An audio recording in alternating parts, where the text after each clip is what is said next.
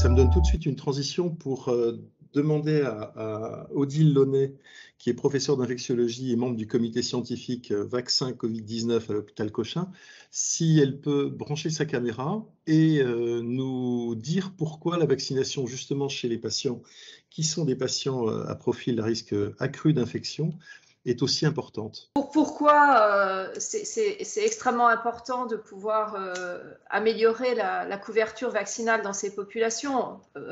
Paul l'a dit, c'est des populations qui sont particulièrement à risque de faire des infections et des infections graves. Et on sait que l'infection, dans un certain nombre de situations, représente le principal facteur, la première cause à la fois de morbidité, mais aussi de mortalité pour un certain nombre de ces personnes. Et peut-être que c'est quelque chose qui aujourd'hui n'est pas suffisamment mis en avant et qu'on doit absolument souligner. Je crois que le Covid, là encore, l'a bien montré. Ces populations, en tous les cas, une partie d'entre elles ont été particulièrement touchées par cette pandémie. Et Dominique Godard l'a bien dit, ces personnes, pour certaines d'entre elles, se sont cloîtrées maintenant depuis bientôt 2 ans parce qu'elles étaient vraiment très inquiètes et à juste titre de faire une forme grave de cette infection. Alors, pour certaines des infections, et en particulier les infections respiratoires, on dispose de vaccins. Donc, on a des vaccins contre la grippe, on a des vaccins contre le pneumocoque, on a maintenant un vaccin contre le Covid. Je crois qu'il ne faut pas oublier les autres vaccins. En particulier, vous avez parlé de la coqueluche, mais il y a aussi le papillomavirus pour les plus jeunes.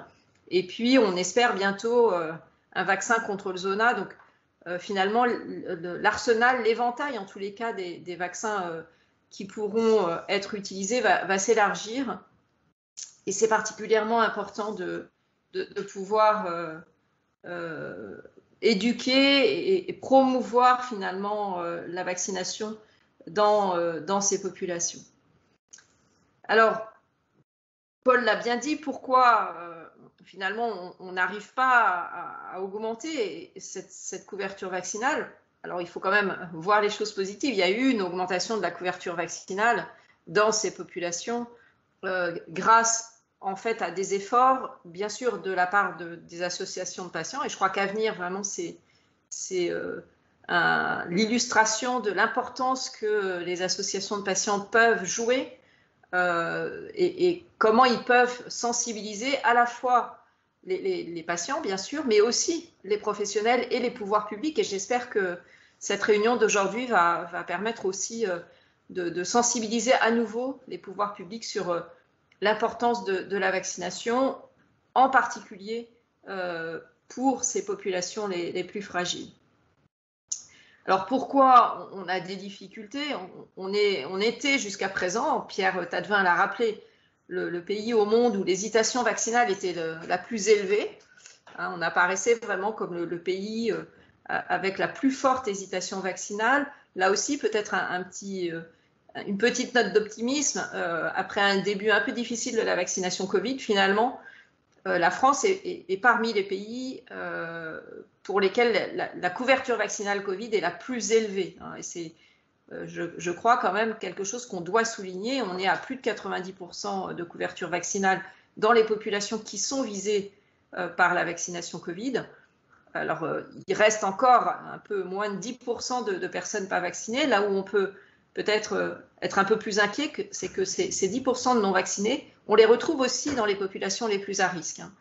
Et ça, c'est évidemment un problème parce que ces personnes non vaccinées et qui présentent des facteurs de risque pour les Covid sont celles qui aujourd'hui représentent des risques d'hospitalisation, y compris avec Omicron, même si Omicron apparaît comme un variant peut-être moins grave et moins souvent responsable de formes sévères.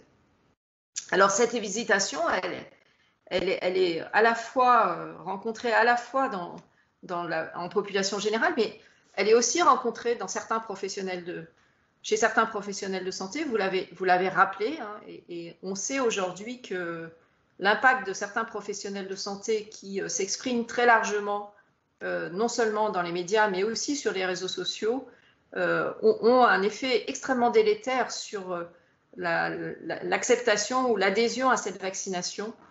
Et ça se voit aussi dans les populations qui sont les plus à risque. Donc on a aujourd'hui vraiment une inquiétude vis-à-vis de ces professionnels qui, en tant que professionnels, ont une certaine autorité, un certain aura, et qui vont finalement désinformer et inquiéter à tort ces populations qui finalement ne seront pas vaccinées. Alors, quelles sont les recommandations pour essayer d'améliorer la couverture vaccinale et la protection de ces personnes à risque? Peut-être on peut les décliner en plusieurs titres, en plusieurs classes de mesures. Il me semble qu'une mesure extrêmement importante, c'est d'abord la formation. Et la formation, c'est la formation des professionnels de santé, à la fois la formation initiale et la formation continue. Et on sait que la France ne donne pas une part très importante à la prévention et qu'on a un volume horaire pour ce qui concerne la prévention en général, mais la vaccination en particulier, qui est extrêmement réduit. Et de fait, quand on interroge les étudiants en médecine, ils considèrent qu'ils n'ont pas eu suffisamment dans leur formation d'éléments leur permettant de pouvoir répondre aux questions que se posent les personnes qui sont hésitantes vis-à-vis de la vaccination.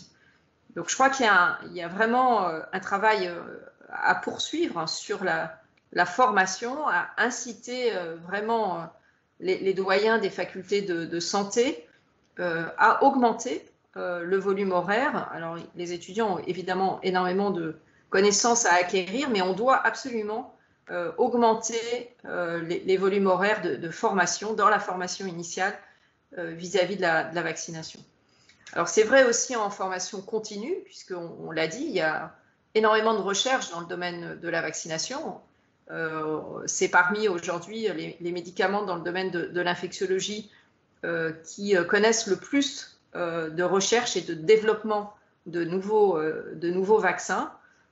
Et ça veut dire qu'en plus de la formation initiale, on doit assurer une formation médicale continue de qualité pour permettre aux professionnels de santé d'être à l'aise avec l'arrivée de nouveaux vaccins. On a parlé de la grippe. Il y a des vaccins fortement dosés aujourd'hui qui sont disponibles. Il faut savoir les utiliser.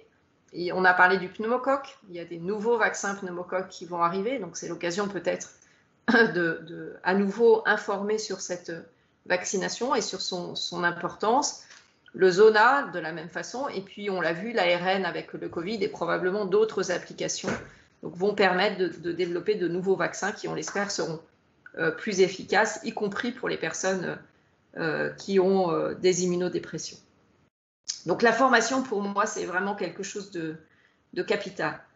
En plus de cette formation, je pense qu'il faut qu'on soit vigilant, et ça c'est le rôle aussi de notre société savante, pour avoir des recommandations qui soient mises à jour et mises à jour régulièrement. On avait fait un gros travail au moment du CTV et du Haut Conseil de santé publique, mais ces recommandations maintenant commencent à être anciennes.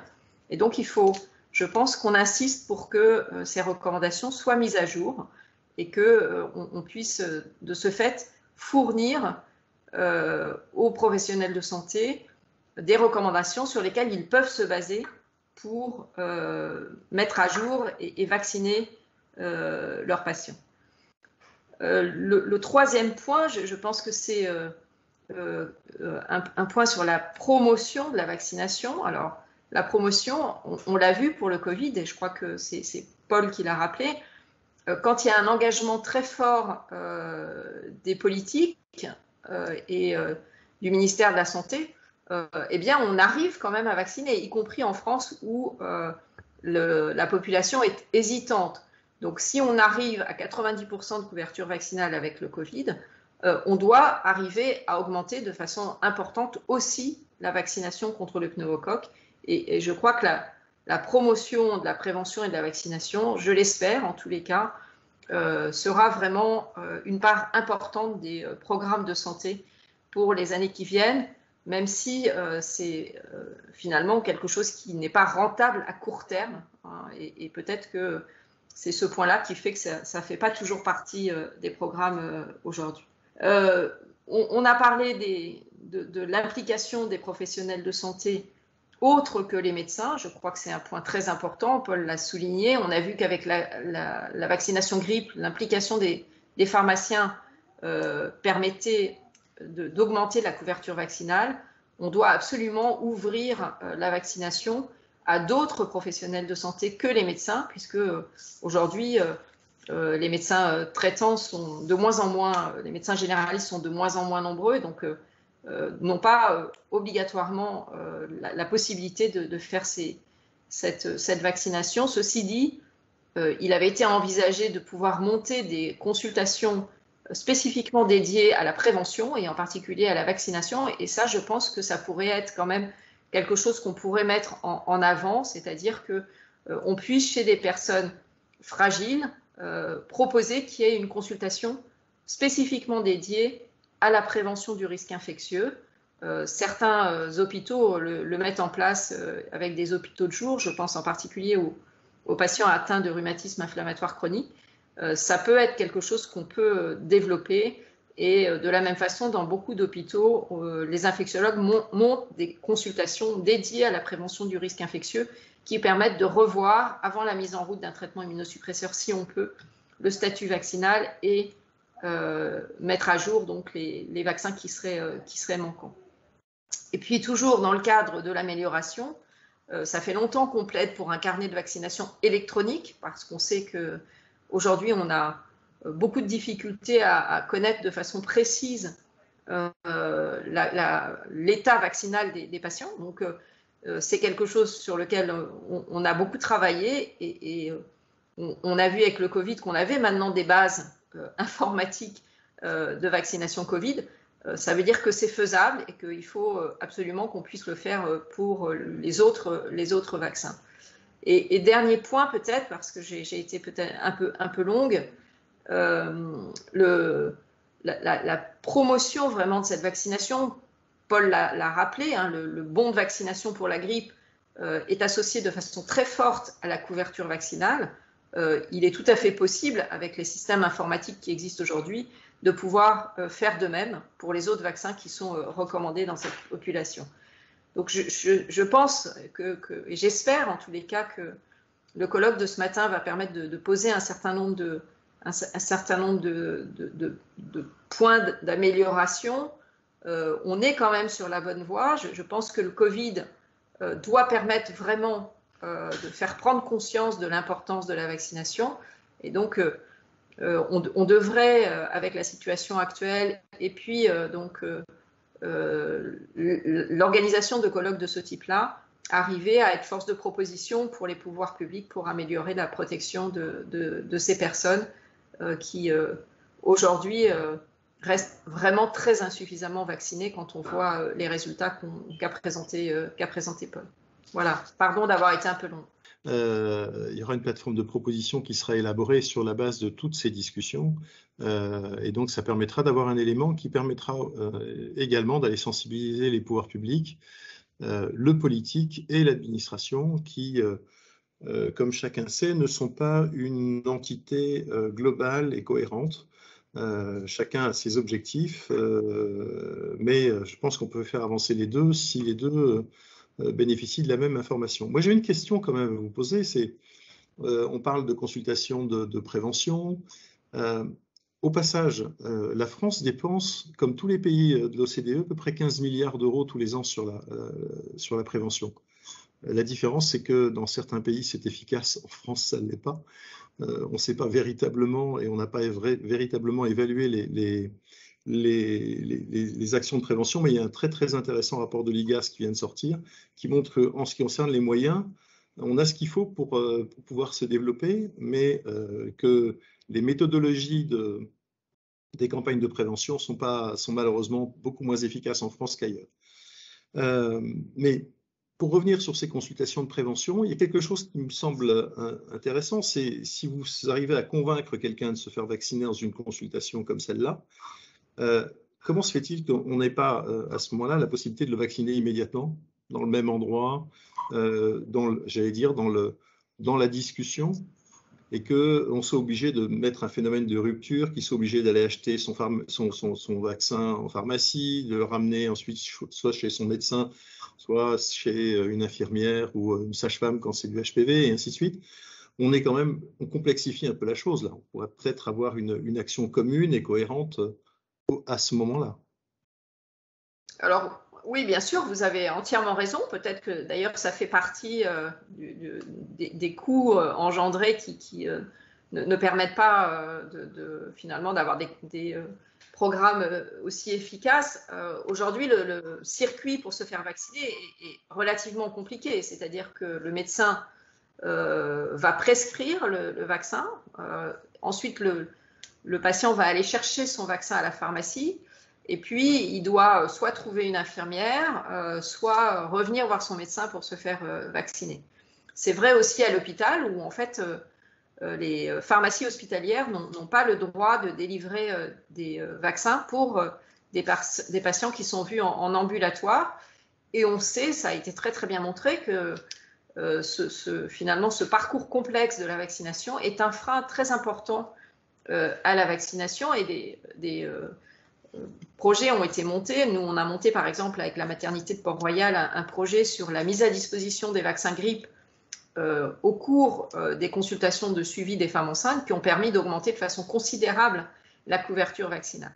Donc on permet avec la possibilité de vacciner tout de suite, d'une part de vacciner des gens qui seraient hésitants, et on l'a vu aussi avec le Covid, parmi les patients qui étaient hésitants, si on leur disait écoutez, allez-y tout de suite, on va vous vacciner, finalement, ils y allaient. Si, par contre, ils devaient aller dans un centre de vaccination, soit ils étaient convaincus, ils le faisaient. S'ils avaient un petit doute ou finalement une négligence, ils ne se faisaient pas vacciner. Donc moi, je suis convaincue que la possibilité d'avoir à disposition tout de suite le vaccin, c'est un point vraiment majeur pour améliorer la couverture vaccinale. Et ça fait longtemps qu'on essaye de se battre contre ça. Il y a des freins d'ordre réglementaire et de compétition, pas de compétition, mais de mise à disposition des produits pharmaceutiques par les pharmacies hospitalières qui posent problème.